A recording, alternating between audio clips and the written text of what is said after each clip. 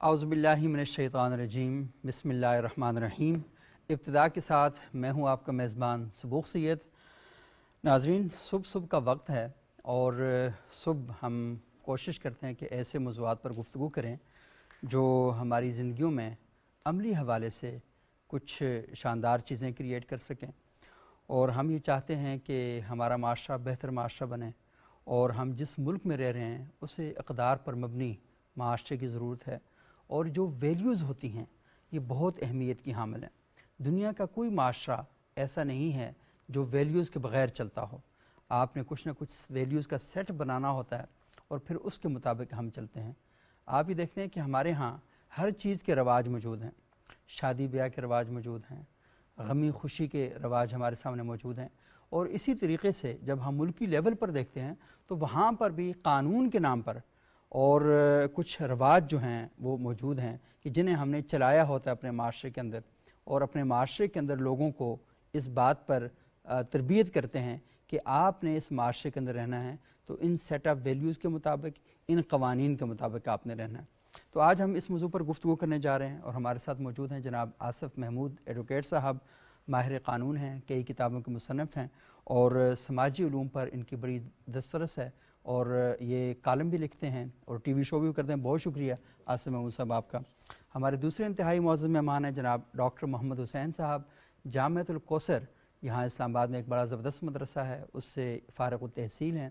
اس کے ساتھ ساتھ انہوں نے پی ایچ ڈی کی ہے ایجوکیشن میں، اور کولمبیا یونیورسٹی امریکہ میں یہ پڑھاتے بھی رہے ہیں۔ بہت شکریہ ڈاکٹر صاحب، آپ یہاں تشریف لائے۔ ہمارے تیسرے انتہائی معزز مہمان ہیں جناب مفتی ڈاکٹر شکیل احمد صاحب، جامعہ محمدیہ اسلام آباد میں درس و تدریس سے منسلک ہیں۔ اس کے ساتھ ساتھ انہوں نے اسلامی معیشت میں پی ایچ ڈی بھی کر رکھی ہے۔ بہت شکریہ مفتی صاحب، آپ یہاں تشریف لائے۔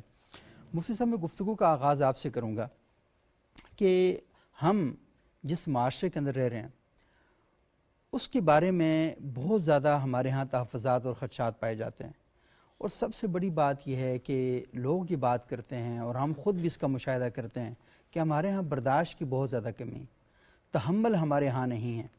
آپ یہ سوال مجھ سے بھی کر سکتے ہیں کہ ٹی وی سکرین پر ہمارے ہاں جب بات چیت ہوتی ہے تو اس وقت تک مزہ ہی نہیں آتا جب تک 3-4 بندوں کے سر آپس میں نہ ٹکرائیں، شیشے کا گلاس نہ ٹوٹے، گربان پکڑ کے ہم ایک دوسرے کے ساتھ الجھے نہیں، تو کلپ وائرل ہی نہیں ہوتا۔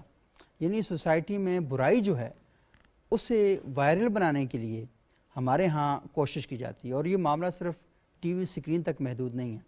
یہ معاملہ ہم دیکھتے ہیں کہ ممبر و محراب تک بھی ایسے ہی تھا۔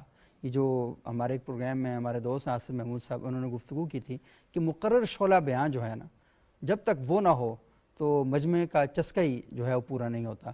اور ہم یہ دیکھتے ہیں کہ پورا ایسا ماحول بنایا جاتا ہے کہ وہ سٹیج پر نا کرسی پر پاؤں رکھ کر اور گلا پھاڑ کے جب تک 3-4 لوگوں کو بلند آہنگ میں گالیاں نہ دے تو ماحول ہی نہیں بنتا۔ تو مجھے بتائیں کہ یہ جو تحمل اور برداشت پر مبنی معاشرہ اور عملاً ہم کسی اور جگہ کھڑے ہیں تو کیسے دیکھتے ہیں اسے آپ؟ جی، بسم اللہ الرحمن الرحیم۔ جو موجودہ معاشرہ ہمارے سامنے ہے وہ تو آپ یہ دیکھ رہے ہیں کہ اس کے اندر تحمل، برداشت اور بردباری کا بہت زیادہ فقدان ہے۔ بات یہ ہوتا ہے کہ کسی نے یہ کہا کہ رویوں سے رویے سیکھ لیتے ہیں، کہ جیسا رویہ آدمی دیکھتا ہے اسی طرح مطلب ہے کہ رویہ آدمی اپناتا بھی ہے۔ جس طرح کا معاشرہ ہوگا تو اسی طرح کا انسان اپنا رویہ بھی بناتا ہے۔ صحیح۔ عام طور پہ آپ نے سنا ہوگا کہ سب سے بڑی جو یونیورسٹی ہوتی ہے وہ انسان کا معاشرہ ہے، صحیح، بالکل، جہاں آدمی جو ہے بچپن سے لے کر اپنے بڑھاپے تک سیکھتا رہتا ہے۔ کچھ لوگ ایسے ہوتے ہیں جو یونیورسٹی میں جاتے ہیں، کالج میں جاتے ہیں، درسگاہوں میں جاتے ہیں، جا کے سیکھتے ہیں، لیکن ہر آدمی معاشرے سے لازماً سیکھتا ہے، لیکن ایسا کوئی آدمی نہیں ہوگا جو معاشرے کے اندر نہ رہتا ہو۔ جس طرح کی وہ چیزیں دیکھتا ہے اسی کو اڈاپٹ کرتا ہے۔ اگر اپنے گھر کے اندر والدین کو دیکھے گا کہ والدین کے اندر بڑی اتفاق ہے، اتحاد ہے، آپس میں محبت میں بات کرتے ہیں، ایک دوسرے کو برداشت کرتے ہیں، تو بچہ جو ہے وہ اپنے والدین سے بھی سیکھے گا۔ لیکن اگر یہ دیکھے کہ والد بات کرتا ہے تو والدہ فوراً اس کو ٹوک دیتی ہے، اگر والدہ بات کرتی ہے تو والد صاحب جو ہے وہ ہائپر ہو جاتے ہیں، چھوٹی چھوٹی باتوں کو برداشت کرنے کے لیے تیار نہیں ہوتے، تو جو ان بچوں کی ذہنیت بنے گی ظاہر ہے کہ اسی گھر کے اندر وہ بنے گی۔ اسی طرح اگر اپنے گھر سے باہر جاتا ہے تو جن دوستوں سے اور اسی طرح جن لوگوں کے ساتھ وہ اٹھ کے بیٹھے گا ان کے اندر اگر تحمل اور برداشت کی بات ہے کہ ایک بڑی سے بڑی بات کی جاتی ہے لیکن آدمی اگر اس کو جب برداشت کر دیتا ہے تو اس بچے کے اندر لازمی طور پر وہ چیز ہے. اسی طرح اسکول اور کالج میں اگر جا کے دیتا ہے کہ اس کے اساتذہ کے اندر یہ چیز ایسی پائی جا رہی ہے تو بچہ وہ سیکھے گا. تو جس طرح ہمارا معاشرہ جس معاشرے کو اڈاپٹ کرتا ہے اسی کے مطابق اس کا رویہ بھی بنتا ہے. اسی چیز کے ساتھ ساتھ جو ہے وہ آپ ممبر محراب بھی بات کر رہے ہیں. ظاہر ہے کہ یہ ممبر محراب بھی ایک ایسی چیز ہے کہ اگر اس کے اندر بھی تحمل اور برداشت ہے, گفتگو کے اندر اگر ٹھہراؤ ہے, بات کرنے کے اندر بھی اس کے اندر ایک چیز ہے تو ظاہر ہے کہ ان سے بھی سیکھے گا. اسی طرح اگر وہ جو باتیں پڑھتا ہے اسکول کے اندر, کالج کے اندر, اپنے نصاب کے اندر پڑھتا ہے, اس کے اندر بھی اگر یہ تعلیمات موجود ہیں کہ آپ برداشت کریں, بار بار جب سنے گا 14 15 سال 16 سال سنتا رہے گا تو لازماً اس کے ذہن پر ہی اس کا اثر ہوگا. تو یہ جو مختلف عناصر ہیں جن کے ذریعے سے انسان سیکھتا ہے, جس اس کا رویہ اس کے سانچے میں ڈلتا ہے, تو وہ اگر مثبت ہے, ان کے اندر تحمل ہے, ان کے اندر اگر برداشت ہے تو بچے کا رویہ خود بہت درست ہو جائے گا. اپنے بچپن سے لے کر اپنی جوانی تک اور اپنی جوانی سے لے کر اپنے ادھیڑ عمر تک جس چیز کو وہ دیکھتا ہے اسی کے مطابق وہ ڈلتا ہے. صحیح.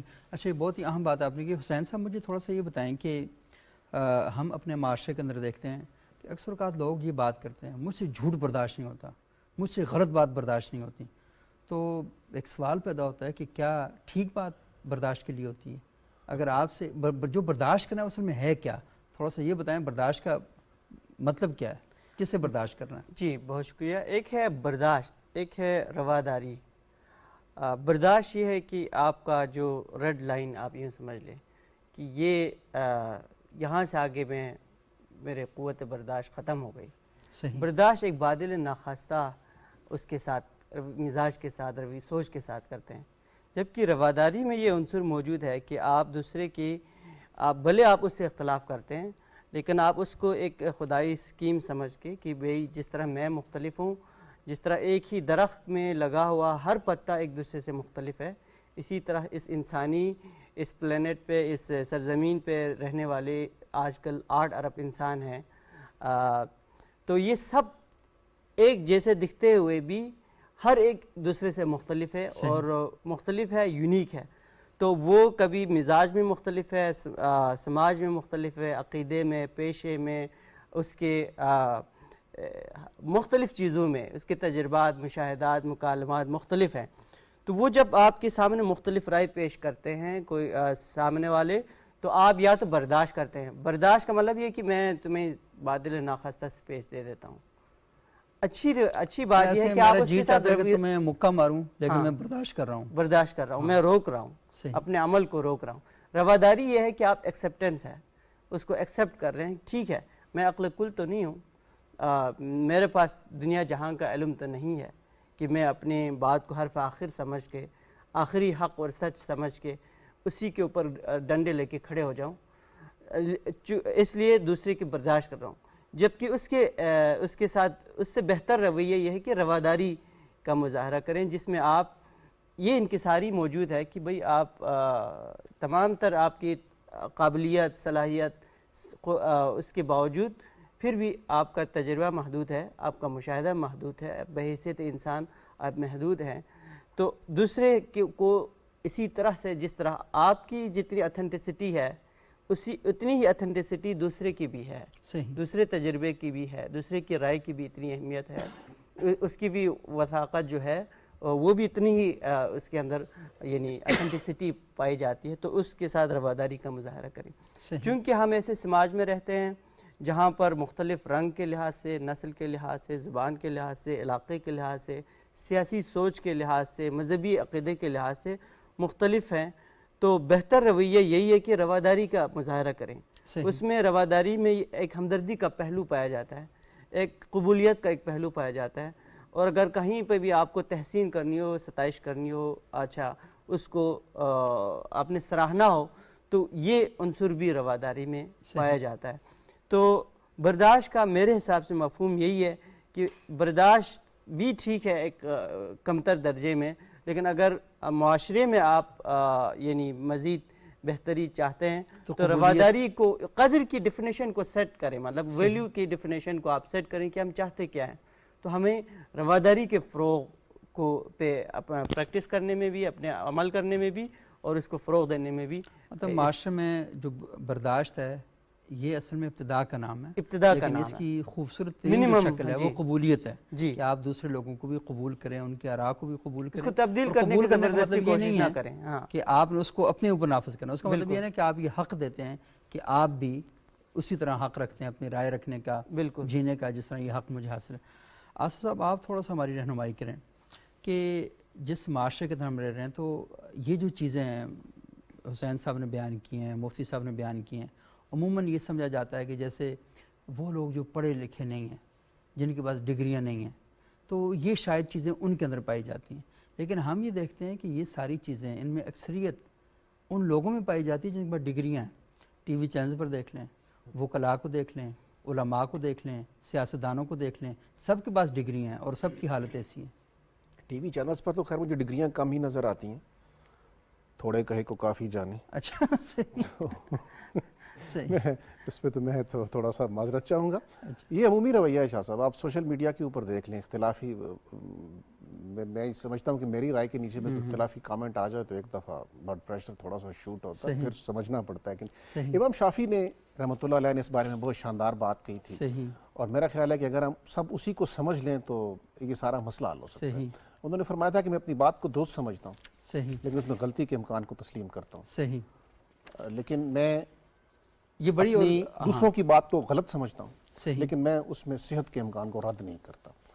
بس یہ ہے ساری برداشت. تو میں مختصراً 2-3 مثالیں آپ کے سامنے رکھ دیتا ہوں. ہمارے ایک استاد تھے یونیورسٹی میں، آج کل وہ سپریم کورٹ کے جج ہیں، بہت پیارے استاد تھے، سن رہے ہوں گے شاید وہ. اچھا، انہوں نے پیپر میں پوچھ لیا کہ میں نے آپ کو کیسے پڑھایا. آپ نام ہی بتا دیں اگر وہ سن ہی رہے ہیں تو. شاید وہ سن رہے ہیں. تو ہمارے ایک دوست تھے، کلاس فیلو تھے، وہ بھی آج کل بڑے اہم عہدے پر ہیں. کلاسوں میں وہ آتے نہیں تھے، پیپر انہیں آتا جاتا کچھ نہیں تھا، مصروف آدمی تھے، کم آتے تھے. تو اب جب پیپر آیا اور اس میں ایک سوال یہ تھا کہ میں نے آپ کو کیسے پڑھا، تو انہوں نے کہا یہ آپ نے ہمیں بہت فضول پڑھایا، نہ آپ کو خود کچھ آتا تھا اور نہ آپ ہمیں کچھ سمجھا سکے. تو انہوں نے اس کو فل نمبر دیے اور انہوں نے کہا کہ میں کوتاہی کا اعتراف کرتا ہوں اگر میں آپ کو نہیں سمجھا پایا تو. صحیح. اور میں کوشش کرتا ہوں کہ میں باقی، یعنی ہم ایکسپیکٹ نہیں کر رہے تھے. جب پیپر آیا ہم نے دیکھا، ہم نے کہا اچھا وہ جس کو انہوں نے نمبر دیے، انہوں نے فل نمبر دیے، وہ بعد میں اتنا شرمندہ ہوا. اس نے خود کہا کہ میں تو کلاس میں ہی نہیں آتا تھا، میں نے تو پتہ نہیں یہ کیوں لکھ دیا. تو ان سے پھر بعد میں جا کے بات ہوئی تو انہوں نے کہا بھائی میں نے اس سے پوچھا تھا کہ میں نے کیسے پڑھایا، تو اس نے اس کا جواب پورا دے دیا. اس میں اس کے کیا نمبر کاٹنے تھے. اس نے کہا نہیں اچھا پڑھایا، تو جواب تو آ گیا، جواب تو اس نے ٹھیک دے دیا. اب ایک مثال یہ ہے برداشت کسے کہتے ہیں، اور مجھے امید ہے کہ وہ سپریم کورٹ کے کیسز سنتے وقت بھی اسی برداشت کا مظاہرہ کرتے ہوں گے. اچھا، انہی جج صاحب کی ایک بات بتاتا ہوں کہ برداشت کیا ہوتی ہے. میں اور میرے ایک دوست ہم یونیورسٹی سے آ رہے تھے تو انہوں نے پیچھے سے کے گاڑی روک دی، بیٹھو. بیٹھ گئے. کہاں جا رہے ہو؟ اب ہم تو جا رہے تھے فلم دیکھنے، نیف ڈک سینما ہوتا تھا اس زمانے میں. اچھا. اب افتخار صاحب کے منہ سے کچھ اور نکلا، میرے منہ سے کچھ اور نکلا. وہ کہتے ہیں اچھا ایسا ہے کہ میں نیف ڈک کے قریب آپ کو اتار سکتا ہوں. میں نے کہا سر ہم نے وہاں نہیں جا. کہتے بھائی آپ ادھر سے ٹیکسی لے لیجئے گا، میں وہاں آپ کو.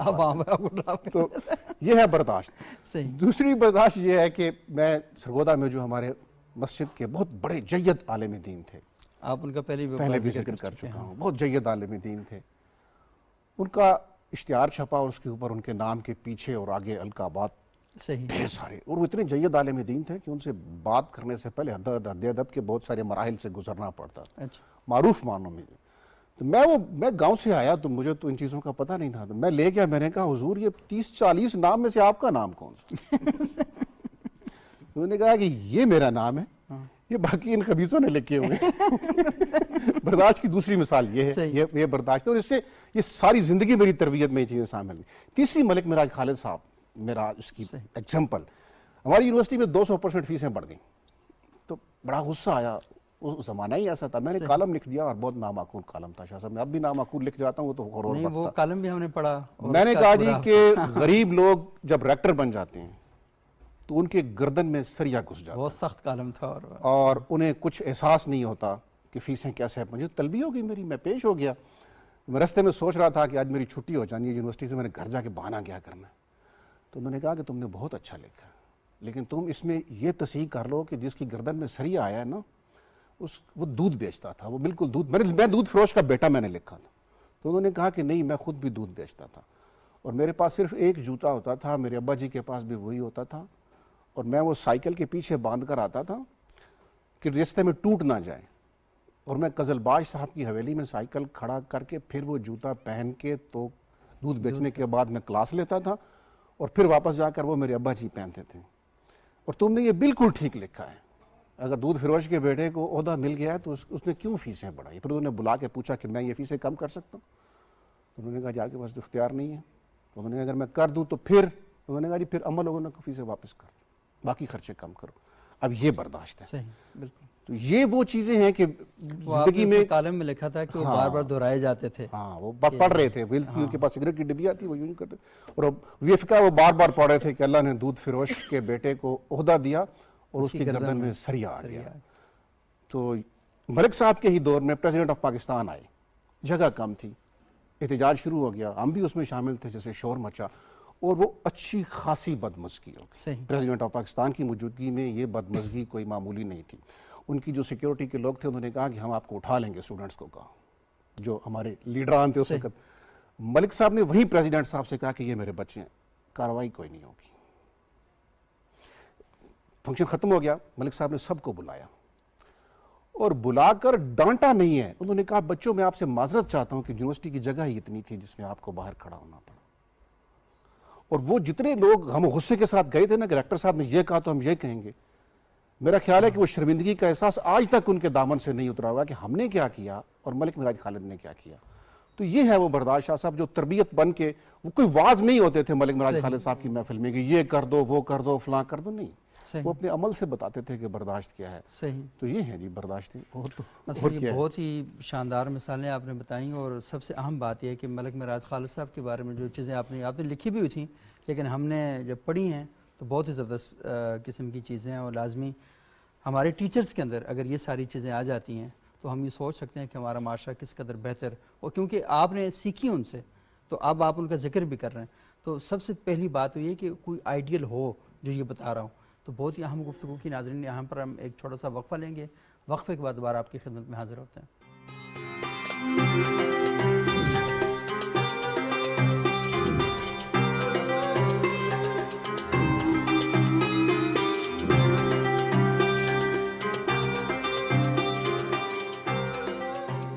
ناظرین، وقفے کے بعد ایک بار پھر پروگرام میں خوش آمدید۔ آج ہم گفتگو کر رہے ہیں کہ اپنے معاشرے میں تحمل اور برداشت جیسی اعلیٰ انسانی قدر کو کیسے ہم نافذ کر سکتے ہیں، اس کے بارے میں تربیت کیسے کی جائے، خود ہم اپنی زندگیوں میں ان ویلیوز کو کیسے ڈھال سکتے ہیں۔ آصف محمود صاحب نے بہت ہی خوبصورت واقعات پیش کیے اور ان کو باہر کی مثالیں نہیں دیں۔ ہماری اس مٹی میں جنم لینے والا ایک شخص ملک معراج خالد صاحب ریکٹر تھے انٹرنیشنل اسلامک یونیورسٹی کے، ان کے دور کے واقعات بتائے۔ ہمارے اپنے ٹیچرز کے بھی اس طرح کے بے شمار واقعات ہیں، اور ہم نے اپنے بزرگوں کو دیکھا بھی ان ساری چیزوں میں۔ بنیادی طور پر اصل میں مسئلہ یہ ہے کہ وہ جو چیز ہم نے وہاں سے سیکھی ہے اسے ہم آگے منتقل کرنے میں ناکام کیوں ہیں۔ ڈاکٹر محمد حسین صاحب، میں تھوڑا سا آپ سے جاننا چاہوں گا کہ ہم اسلامی تاریخ کے اندر بھی اس طرح کے بے شمار واقعات پڑھتے ہیں، اور ایک تو بہت ہی عجیب و غریب واقعہ ہے، میں آج تک سوچتا ہوں اور میں امیجن کرتا ہوں، تصویر بناتا ہوں کہ یہ کیسے ہوا ہوگا کہ سیدنا علی المرتضیٰ جنگ کے میدان میں ایک مشرک کو انہوں نے نیچے کر لیا، ہاتھ میں تلوار ہے، اس اثناء میں وہ سیدنا علی المرتضیٰ جن کے بارے میں کہا جاتا ہے کرم اللہ وجہ، جس کے چہرے پر اللہ کا کرم ہے، تو وہاں پر تھوک دیتا ہے، اور سیدنا علی بجائے سے کہ غصہ ڈبل ہو جاتا، انتہائی زیادہ ہو جاتا، اور اس عقیدے کے غصے میں یہ غصہ بھی شامل ہو جاتا، سیدنا علی کھڑے ہو جاتے ہیں۔ میں سمجھ کھڑے کیسے ہوئے ہوں گے، پیچھے کیسے ہٹے ہوں گے وہاں سے، مطلب میں یقین مانے کہ میں نے انتہائی ٹھنڈے دل دماغ سے نا سوچا، مجھے بالکل نہیں سمجھ نہیں آ رہی یہ کیسے ہوا۔ تو مجھے بتائیں کہ اتنی شاندار مثال ہمارے سامنے موجود ہے، تو مطلب اس مثال پہ ہم کیسے عمل کر سکتے ہیں؟ مجھے تو لگتا ہے کہ یہ صرف بتانے کی حد تک تو ہے، عمل مطلب کوشش ماروں گا تو اس میں میری نہ وہ شامل ہو، میرا غصہ شامل ہو، ماروں گا تو صرف دین کے لیے ماروں۔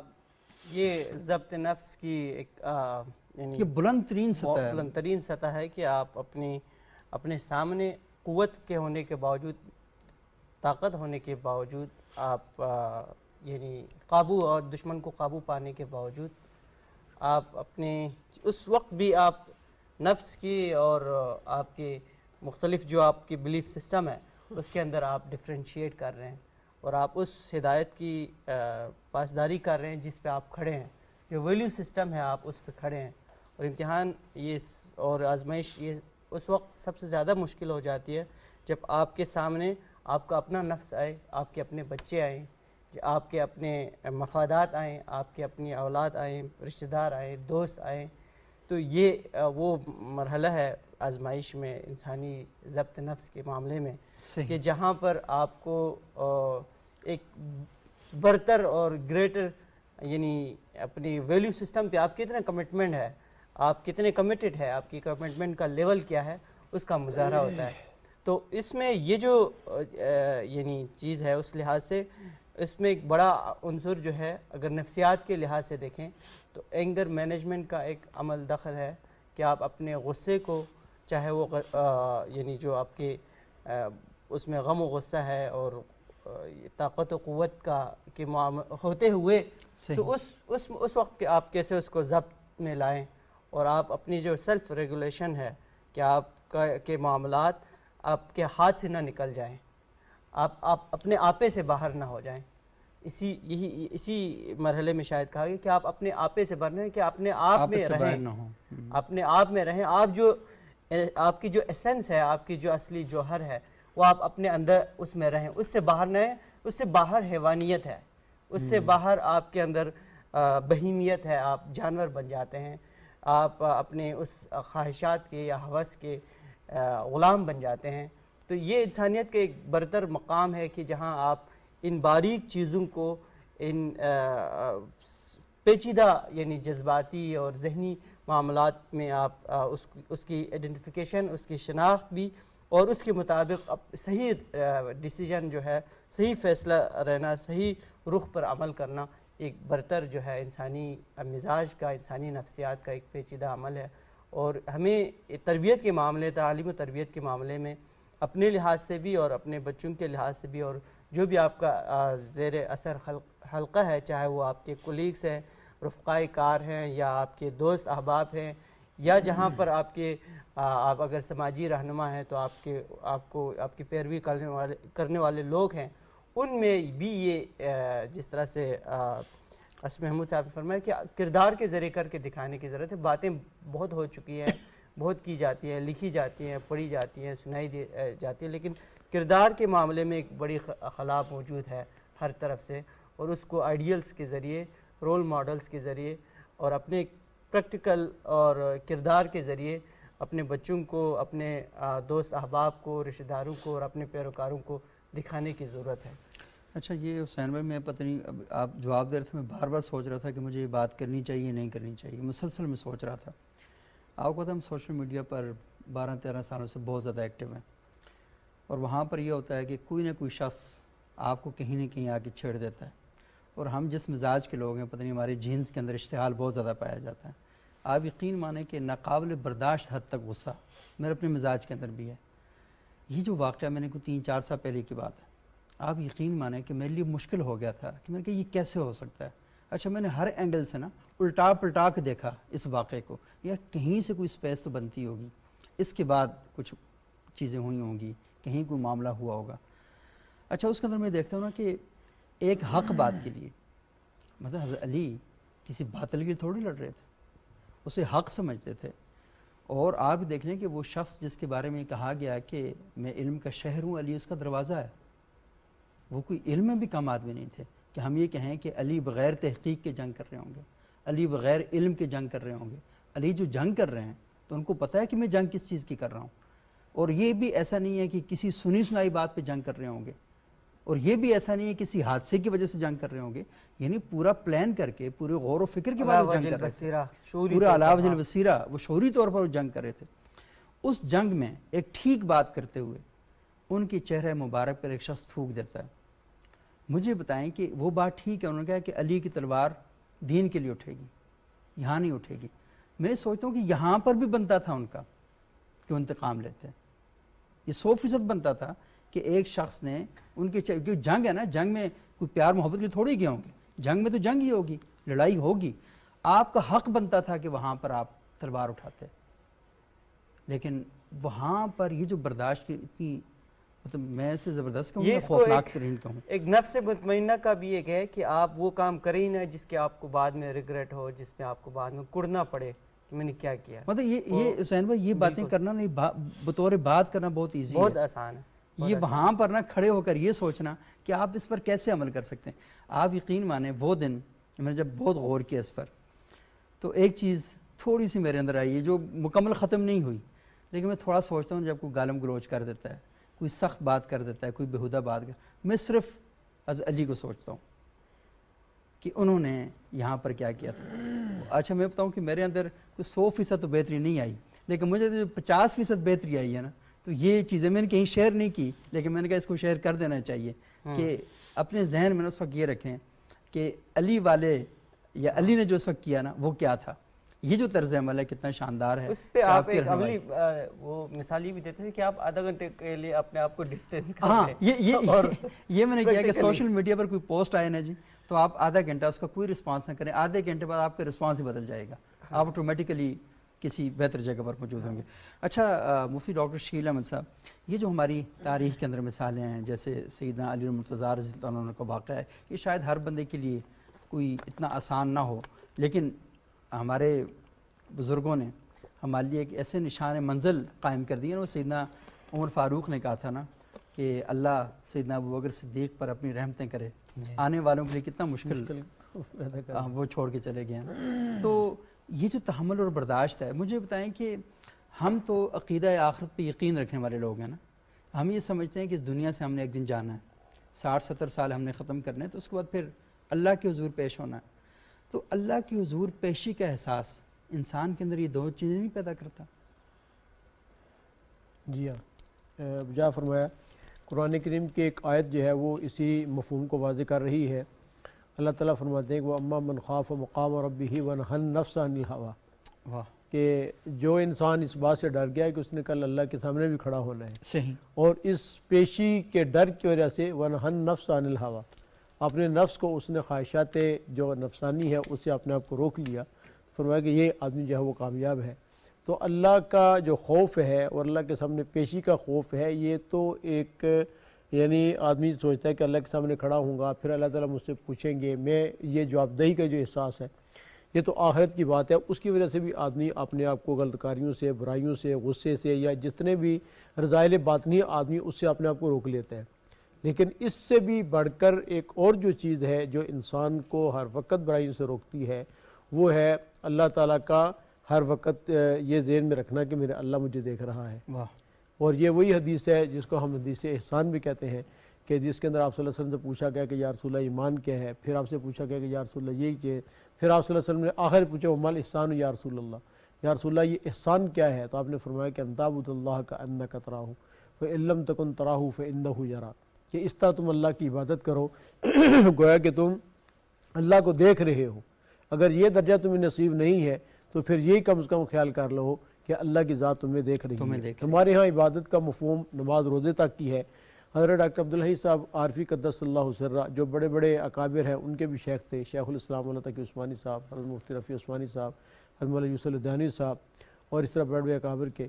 تو ان سے کسی نے کہا, ان کے مرید نے کہا کہ حضرت مجھے مراقبہ جو درجہ احسانی وہ حاصل ہو گئے.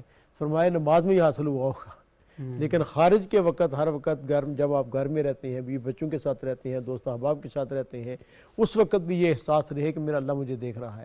یہ ایک حضرت ایسا نقطہ ہے کہ اگر آدمی یہ پیدا کر لے اپنے اندر احساس, مراقبہ احسانی جسے کہا جاتا ہے تصوف کی اصطلاح میں, کہ میرا اللہ, انسان کا ایمان تو مسلمان کا ہے کہ اللہ مجھے دیکھ رہا ہے, لیکن یہ چیز انسان کے دل کے اندر رچ بس جائے, ہر وقت یہ دھیان رہے. اور تصوف کے اندر, طریقت کے اندر یہ جو شیخ ہوتے ہیں اس مراقبہ احسانی کو باقاعدہ اس مشق کے طور پہ کراتے ہیں, خانقاہ میں بھی اور خانقاہ کے علاوہ بھی کراتے ہیں, کہ یہ جب احساس انسان کے اندر پختہ ہو جاتا ہے تو پھر انسان گناہ کرنا بھی چاہے تو پھر گناہ نہیں کر سکتا. اسی مفہوم کو وہ حدیث بھی واضح کر رہی ہے جس کے اندر آپ نے ارشاد فرمایا کہ جب ایسا ایک مرتبہ آ جاتا ہے کہ انسان جو ہے کہ اللہ رب العزت اس کے ہاتھ بن جاتے ہیں کہ جس سے انسان پکڑتا ہے، اللہ تعالیٰ اس کے پاؤں بن جاتے ہیں، جس سے وہ چلتا ہے وہ آنکھیں بن، یہ پوری وہ حدیث ہے. یہ درجہ احسانی ہوتا ہے، مراقبہ احسانی ہوتا ہے. جب درجہ احسان حاصل ہو جاتا ہے کہ میرا اللہ مجھے دیکھ رہا ہے دیکھ رہا ہے دیکھ رہا ہے، یعنی اس کے بعد وہ جو بھی قدم اٹھاتا ہے یا ہاتھ بڑھاتا ہے تو اللہ کی رضا، پیش نظر یہ رہتا ہے کہ اللہ تعالیٰ کے حکم کے مطابق ان کی رضا کی. ہماری حضرت کی خانقاہ کے اندر یہ باقاعدہ بڑا موٹا سے کر کے لکھا، بندے یہ احساس پیدا کر کہ میرا اللہ محبت کے ساتھ مجھے دیکھ رہا ہے. تو ہر وقت، اور اسی طرح خانقاہ کے اندر ایک جگہ بہت بڑا نا اللہ لکھا ہوا تھا، اللہ بڑا کر کے کہ ذہن کے اندر اللہ کی عظمت اور اللہ کا استحضار ہے. یہ بنیادی چیز ہے. آخرت میں احساس، میں نے اللہ کو جواب دینا ہے، اپنی زندگی کے اعمال کا جواب دینا ہے، وہ تو ایک احساس ہے ہی ہے. وہ بھی انسان کو گناہوں سے روکتا ہے، رذائل سے روکتا ہے. لیکن یہ زندگی کے ہر لمحے میں انسان، یہ احساس جو ہے یہ انسان کے لیے یہ انتہائی اہم ہے. صحیح. اچھا، میں آخر میں کیونکہ پروگرام کا وقت بالکل ختم ہوا چاہتا ہے، تو میں آپ تینوں معزز مہمانوں سے ایک سوال کروں گا. ماشاءاللہ تینوں ہی صاحب اولاد ہیں، تو آپ کے بچے ہیں، تو یہ بتائیں کہ آپ نے اپنے گھر میں بچوں کو لازمی تعلیم تربیت کے لیے بندوبست تو کر رکھا ہوگا، لیکن آپ یہ جو صفات ہیں، تحمل اور برداشت، ان کے اندر قبولیت کا جذبہ پیدا کرنا، لوگوں کے ساتھ بات، ان کی آراء کو، تو اس کے لیے کیسے تربیت کرتے ہیں ان کی؟ اس میں حضرت یہ جو بنیادی چیز ہوتی ہے نا، میں پہلے بھی عرض کی کہ ایک ہے کہ ہمارا کول، ہم ان کو کہیں کہ بچے اگر کوئی اس طرح کہے تو تم اس طرح کر لینا، غصہ نہیں کرنا، یہ نہیں کرنا، وہ نہیں کرنا.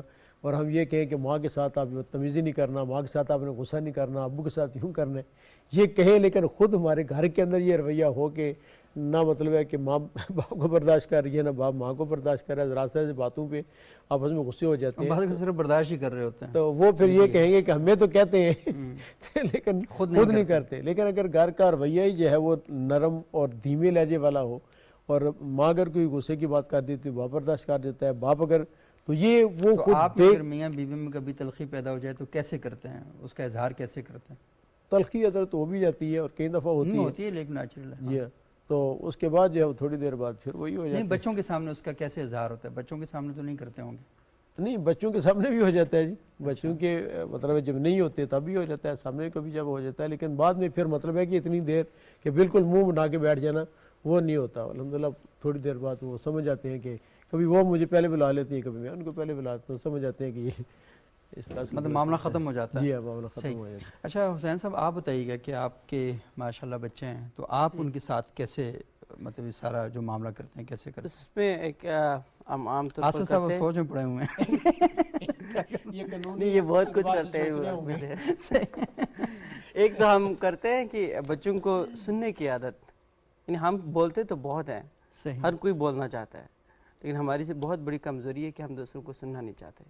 تو ہم نے بچوں میں یہ کوشش کرتے ہیں، اب بچے تھوڑے عادی ہو گئے اس چیز کے، کہ جب تک دوسرے کی بات ختم نہ ہو آپ نے سننا ہے، غور سے سننا ہے، اس کی پوری بات سننی. ہاں پوری، یعنی یہ جو افیکٹو لسننگ یا پورا یعنی غور سے سننا جو ہے یہ بہت ضروری ہے اگر آپ نے تحمل پیدا کرنا ہو، صبر پیدا کرنا ہو اس میں، چونکہ اسی سے ہی دوسرے کی کا مدعا سمجھ آ جاتا ہے. صحیح. اور دوسرا جو ہے اس میں یہ بھی ہے کہ آپ ان کو بات کرنے کا، چونکہ بہت بڑا مسئلہ ہمارے ہاں کمیونیکیشن کا ہے، بات کرنے کا طریقہ، کون کون سے الفاظ آپ گھر میں نہیں کہہ سکتے یا ویسے اپنی گفتگو میں نہیں آپ نے ذکر کرنا. ان میں سے فار ایگزامپل کسی انسان کو کسی جانور کے ساتھ تشبیہ نہیں دینی.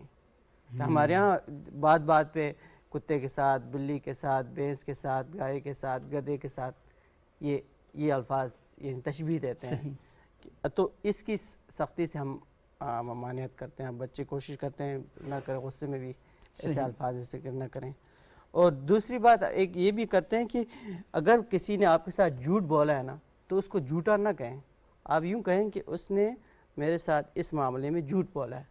آپ جو ججمنٹ دے رہے ہیں، جو رائے دے رہے ہیں اس کے بارے میں، اس ایکشن پہ دیں، اس عمل پہ دیں، اس بندے پہ نہ دیں. کلی طور پر نہیں کہہ سکتے. جب آپ جھوٹا کہتے ہیں، اگر وہ کوئی سچی بات بھی کہتے ہیں تو اس کا مطلب وہ جھوٹا ہے، جھوٹے سے تو سچ برآمد نہیں ہوگا. تو آپ اس ایکشن پہ، اس کام پہ، یا فلاں موقع پر میرے ساتھ، اب بچے بھی ایک دوسرے کے ساتھ کرتے ہیں کہ اس نے میرے ساتھ فلاں جگہ اسکول میں فار ایگزامپل میرے ساتھ جھوٹ بولا. ہاں یہ ٹھیک ہے، لیکن وہ جھوٹا ہے یہ آپ کبھی نہ کہیں، وہ چور ہے نہ کہیں. اس طرح سے پورا ایک کہ ہمارا مشاہدہ اور عمل بہت چھوٹا ہوتا ہے اور ججمنٹ جو ہے ہم اس پہ بہت زیادہ یعنی دیتے ہیں. تو اس چیز سے روکنے کی کوشش کرتے ہیں کہ آپ اپنے مشاہدے کی جتنی یعنی وسعت ہے یا جتنا مشاہدہ وسیع ہے یا محدود ہے اسی حساب سے آپ اپنی رائے دیں. آپ دوسرے کو اس طرح کے بڑے بڑے یعنی القابات سے، برے القابات سے نہ پکاریں. ہاں جی، قرآن بھی یہ کہتا ہے وَلَا تَنَابَزُوا بِالْأَلْقَابِ، کسی کو برے لقب سے مت پکارو. بالکل. اچھا یہ بتائیں کہ اگر کبھی تلخ کلامی ہو جائے تو آپ کا کیا رویہ ہوتا ہے گھر میں؟ اچھا اس کا تلخی کا اظہار بہت ضروری ہے، تو ہم تلخی کا اظہار کرتے ہیں. اچھا. اور پھر معافی، تلخی بھی سرعام کرتے ہیں اور اس کا اظہار بھی سرعام کرتے ہیں، پھر معافی بھی سرعام یعنی بچوں کے سامنے. بچوں کے سامنے. ہاں یہاں پر آپ سے مراد بچے ہی ہے. ہاں وہ سرعام ہمارے ایک دوست کا پروگرام بھی ہے، میں نے کہا وہاں جا کے کیا کرتے ہیں. نہیں اتنے بھی آپ نہیں. ہمارے والد صاحب اور والدہ کی کبھی ہو جاتی تھی نا، اچھا تو میرے والد صاحب کا یہ الفاظ ہوتے تھے، چل بس کرنا ہونا نہیں ہوتا ہے نا، بس کرنا ہونا نہیں ہوتا. وہی الفاظ اب میرے سے اچھا اللہ دی بندی بس کر چھوڑنا، پھر ان کے کرنی اور کے کر سکنا ہے بس کرنا. اور ایک دوسرے کی تعریف بھی کریں، مطلب ایسا نہیں ہے میں بچوں کے سامنے مسز کی اچھی باتوں کو، اچھی چیزوں کو ہائی لائٹ کرتا ہوں. یہ نہیں، ہمارے یہاں عام رواج کیا ہے، گالی دینی ہے، غصہ کرنا ہے سر عام اور بلند آواز میں، اور اگر پیار محبت کی بات کرنی ہے تو وہ چھپ کے. تو آپ بیلنس قائم کریں ان جذبات کو، جو ایموشنل چیزیں ہیں مطلب ان کی چیزیں نارملائز کر دیں. ہاں نارملائز کر دیں، یہ ہوں گی. یہ انسان کانفلکٹ جو ہے یہ کوئی ہم روبوٹ نہیں ہے کہ ہمارے اندر ہر وقت یعنی راوی چین لکھ دیں. یہ اتار چڑھاؤ زندگی کا ایک عملی حصہ ہے. صحیح. اس کا مشاہدہ بھی کرتے ہیں، اچھے خوشگوار چیزوں کا بھی، اور جو کبھی کبھار اس قسم کی اگر کوئی اس طرح کا ماحول پیدا ہو جائے تو اس کو کس طریقے سے کرنا ہے. ویسے لوگ عموماً یہ والی بات بھی کرتے ہیں کہ آپ غصے کا اظہار یا آپس میں کوئی تلخی ہے تو بچوں کے سامنے اس کا اظہار نہ کریں، لیکن میرا خیال یہ ہے کہ آپ لوگوں کا رویہ زیادہ معقول ہے کہ اس کا اظہار کیا جائے اور اس ڈکشنری کو، اس لغت سے آشنا ہوا جائے کہ آپ نے بچوں کے سامنے تلخی کا اظہار بھی کرنا ہے تو کس طریقے سے کرنا ہے. یعنی وہ زیادہ اچھا اور بہتر طریقہ ہے. یعنی بچوں کو یہ نہ لگے نا کہ ہمارے ماں باپ بڑے مصنوعی سے لوگ ہیں. مصنوعی ایسا بھی نہیں ہونا چاہیے. بلچیز food park, melody food park وغیرہ یہ بھی غصہ کم کرنے کے لیے کافی مفید ہے. اچھا ہاں یہ اچھی بات ہے، پارک اچھی جگہ ہے وہاں پہ. تو آصف صاحب اب سوال آپ کی طرف آ رہا ہے. یہ وہ شاہ صاحب میں ایک دفعہ گیا سینٹ کا اجلاس دیکھنے، تو ایک سینیٹر صاحب نے بڑا مزے کا سوال پوچھ لیا. صحیح. تو میں اب سوچ رہا تھا کہ اس کا کیا جواب دیں. تو سینیٹر صاحب کہتے ہیں کہ بہت اچھا سوال کیا آپ نے، اگلا سوال کریں. شاہ صاحب بات یہ ہے کہ مجھے تو کوئی ایسا یاد نہیں ہے کہ میں نے بچوں سے کہا کہ یہ کریں اور یہ نہ کریں. اچھا صحیح. ٹھیک ہے. اور اقوال زری سنانے کو تو بہت ہیں، کبھی سنائے نہیں ہیں. صحیح. نارمل سی لائف ہے، سب کچھ چلتا ہے. بچوں سے میں غلط کر بیٹھوں تو میں سوری کر لیتا ہوں. یہ بہت بڑی اور دوسرا یہ ہے کہ آپ نے ابھی شروع میں کہا تھا رانگ سائڈ سے. ہاں ہاں. تو میں جب بچوں کو اسکول چھوڑنے جا رہا ہوں تو میں رانگ سائڈ سے نہیں چل سکتا ہوں. زبردست. حزب اختلاف گاڑی میں بہت شدید ہے. اچھا. ہاں اور اشارے میں توڑتا تھا. اب بچے ساتھ ہوں تو یہ بھی ممکن نہیں ہے. اچھا وہ نہیں کرنے دیتے. گاڑی کی سیٹ بیلٹ سے میری سستی ہوتی تھی، اب وہ بھی مشکل ہے. اچھا. اور بیٹی تو میری پوری قائد حزب اختلاف ہے. اچھا. ہاں وہ ضرورت ہی نہیں ہے کہ کوئی اس کے ساتھ کچھ کر بیٹھے. بات یہ کہ ہو جاتی ہے، سب کچھ چلتا ہے. صحیح. ہاں لیکن میں بچوں کے ساتھ ڈانٹ ڈپٹ کر بیٹھتا ہوں. اور ہم پنجابی بیک گراؤنڈ کے لوگ ہیں، ڈانٹ ڈپٹ ہماری پنجابی میں ہوتی ہے جب ہوتی ہے. صحیح. لیکن میں سوری کر لیتا ہوں اگر میں نے کچھ غلط کیا. کوئی اقوال زری نہیں ہے، کوئی مطلب وہ نہیں ہے کہ میں گھر میں داخل ہونے لگی کیڈ ماسٹر آ گیا. ہاں یہ نہیں. ہاں یہ نہیں. کوئی اس سوال کا کوئی ایسا خاص جواب ہے ہی نہیں. یعنی میں سوچوں بھی صحیح کہ کیا نظام ہے تو مجھے تو کوئی اس میں کوئی خاص جواب آپ بھی اس نہیں. کے مطابق یعنی کوئی ایسا نہیں، کوئی ایسا ماحول روٹین میرے پاس کوئی گھر کے لیے بچوں کے لیے بتانے کے لیے کوئی اقوال زری نہیں ہے کہ میں ابن خلدون کی طرح جاتا ہوں تو میں یہ کرتا ہوں. نارمل سی لائف اس میں سب کچھ چلتا ہے. صحیح. مطلب روٹین کی چیزیں ہیں اسی طرح چل رہی ہیں. لیکن دیکھیں یہ تو آصف صاحب ہوتا ہے نا بعض اوقات کہ کانفلکٹ ہو جاتا ہے گھر کے اندر، کوئی نہ کوئی تنازع پیدا ہو جاتا ہے کسی چیز کے بارے میں. کبھی کوئی ایسا بڑا تنازع نہیں پیدا ہوا مجھے تو کوئی یاد نہیں ہے. نوک چوک ہو جاتی ہے بچوں کے سامنے ہوتی ہے، سال بھی بچوں کے سامنے ہو جاتی ہے. صحیح. کوئی ایسا پانی پت کا مار کا مجھے یاد کوئی ایسا نہیں ہے کہ ہاں. سیدنا فاطمہ زہرا رضی اللہ تعالیٰ عنہ سیدہ اور حضرتنا علی کرم اللہ وجہ کتنی بڑی ہستی ہیں. ان کے درمیان ہو گیا۔ آپ صلی اللہ علیہ وسلم جو ہے وہ کتنی بڑی ہستی ہیں، اور ازواج مطہرات کے ساتھ ہو گیا کہ آپ صلی اللہ علیہ وسلم ایک مہینہ سے الگ ہو گئے۔ اس کی مطلب یہ کہ یہ فطری مطلب چیزیں جب آپ آپس میں اکٹھے رہتے ہیں، ہمارے ہاں کہا بھی جاتا ہے نا کہ 2 برتن بھی اکٹھے رکھیں گے تو کہیں نہ کہیں کھڑکیں گے ضرور، تو اس لیے کچھ نہ کچھ یہ ہوتا رہتا ہے۔ لیکن ہم بہت کہتے ہیں نا شکریہ۔ کہ کانفلکٹ تو نیچرل ہے، لیکن وائلنس جو ہے وہ نیچرل نہیں ہے۔ ہاں، یہ جو گھروں میں تشدد اس کی کیا جاتا ہے گنجائش، اور عموماً اس کی زیادہ تر گنجائش نہیں مردوں کی دینی طرف سے چاہیے۔ ہوتا ہے۔ ہاں، اس ہاں، کی ایسے گنجائش مرد کسی طرح مردے نہیں ہیں، چاہیے، بالکل۔ ہاں، ان کو یہ جو تشدد ہے اس سے بچنا چاہیے۔ اور اصل بات عموماً یہ سے ہے کیا مراد ہے؟ جی عموماً سے کیا مراد ہے؟ زیادہ تر مرد کرتے ہیں، وہ زیادہ تر سے کیا مراد ہے؟ اکثریت اکثریت سے کیا مراد ہے؟ 99%۔ یعنی ایک 51 سے 99% کی وجہ سے سارے بدنام ہیں۔ باقی سارے 1% بدنام ہو رہے ہیں۔ تو بہت بہت شکریہ آصف محمود صاحب، بہت شکریہ ڈاکٹر محمد حسین صاحب، جناب مفتی ڈاکٹر شکیل احمد صاحب۔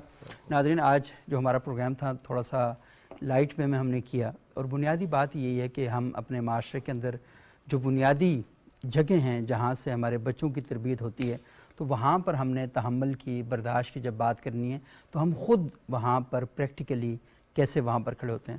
رسول اللہ صلی اللہ علیہ وآلہ وسلم کی حدیث مبارکہ ہے کہ خیرکم خیرکم لأہلی وانا خیر لأہلی، تم میں سے بہتر شخص وہ ہے جو اپنے اہل خانہ کے ساتھ بہتر ہے، اور میں اپنے اہل خانہ کے ساتھ سب سے زیادہ بہتر ہوں۔